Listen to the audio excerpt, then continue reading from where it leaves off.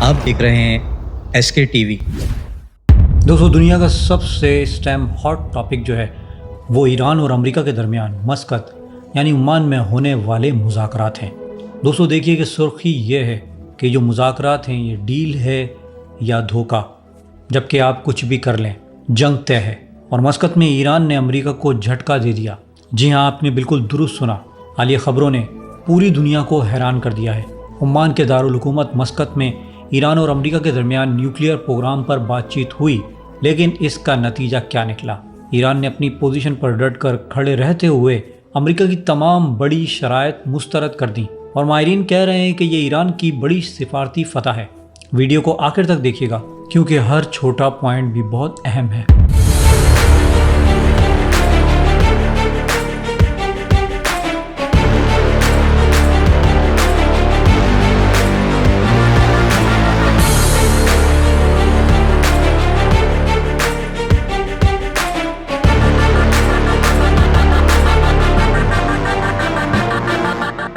دوستو، سب سے پہلے تو یہ سمجھیں کہ یہ بات چیت کیسے شروع ہوئی۔ کچھ دنوں پہلے اچانک خبریں آئیں کہ امریکہ چاہتا ہے کہ بات چیت ترکی کے شہر استنبول میں ہو، لیکن ایران نے صاف انکار کر دیا۔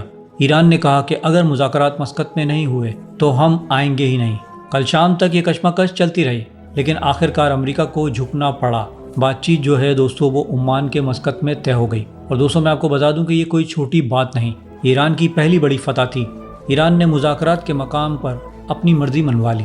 اس مذاکرات میں امریکہ کی طرف سے جو ہے وہ دوستو صدر ٹرمپ کے خصوصی ایلچی اسٹیو وٹکوف اور ٹرمپ کے داماد جیریڈ کیشنر، اور میں آپ کو بتا دوں کہ یہ دونوں بہت اہم کردار ادا کر رہے ہیں۔ ایران کی طرف سے تھے وزیر خارجہ عراقچی، جو بہت نپے تلے اور پر اعتماد انداز میں بات کرتے ہیں۔ بات چیت شروع ہوئی تو امریکہ نے ایک لمبی فہرست پیش کی۔ نیوکلیئر افسردگی روک دو۔ ایران نے فوراً کہا نہیں رکے گی، یہ ہمارا حق ہے۔ میزائل پروگرام بند کر دو۔ ایران کا جواب، اس پر بھی بات نہیں کریں گے۔ پراکسیز گروپ یعنی حزب اللہ، حوثی اور حماس کی مدد روک دو۔ ایران نے صاف انکار کر دیا، کوئی وعدہ نہیں کیا۔ یعنی امریکہ کی تینوں بڑی شرائط پر ایران نے مکمل انکار کر دیا۔ یہ ایران کی دوسری اور تیسری اور چوتھی فتح تھی۔ اب ذرا اس نفسیاتی کھیل کو سمجھتے ہیں۔ ایران کے سپریم لیڈر آیت اللہ علی خامنئی صاحب نے کئی سال پہلے بھی کہہ دیا تھا کہ امریکہ پر بھروسہ نہیں کیا جا سکتا۔ میں نے خود ان کے پرانے انٹرویو دوستوں دیکھے ہیں، آپ نے بھی دیکھے ہوں گے۔ 1981 میں ان سے پوچھا گیا کہ ایران کا سب سے بڑا دشمن کون؟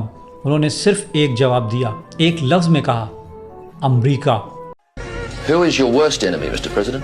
دشمن اصلی ایران کیست؟ امریکہ. America. What's the greatest threat right now? 2019 میں جب ٹرمپ پہلی بار صدر بنے تو خامنئی صاحب نے کہا ٹرمپ سے بات چیت کرنے کا کوئی فائدہ نہیں، نہ پیغام بھیجیں نہ بات کریں۔ دوستو آج وہی بات درست ثابت ہو رہی ہے۔ پچھلی دفعہ بھی جب بات چیت چل رہی تھی، 5 دور ہو چکے تھے، 6ٹھے دور میں اچانک اسرائیل اور امریکہ نے حملہ کر دیا۔ اسی لیے ماہرین کہہ رہے ہیں کہ یہ نیا معاہدہ بھی دھوکہ ہے۔ ایران یہ سب اچھی طرح سمجھتا ہے۔ بات چیت کے دوران ہی امریکہ کی طرف سے سخت بیانات آ رہے تھے۔ وزیر خارجہ اسکاٹ بیسنٹ نے کہا ایران اپنی کرنسی دوسرے ممالک بھیج رہا ہے تاکہ رہنما بھاگ سکیں۔ خود صدر ٹرمپ کا سوشل میڈیا پر بیان، امریکی فوج بہت طاقتور ہے، شرائط نہ مانی تو حملہ ہوگا، سپریم لیڈر کو ڈرنا چاہیے۔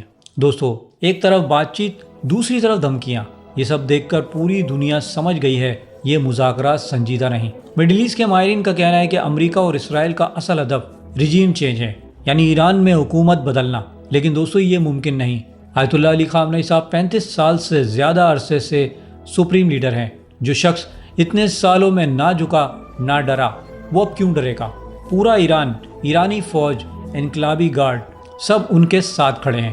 ایران نے اپنا موقف بالکل واضح کر دیا ہے، یورینیم افسردگی ہمارا حق ہے، جاری رہے گی۔ IAEA معائنہ کر لے، میزائل پروگرام پر بات ہی نہیں۔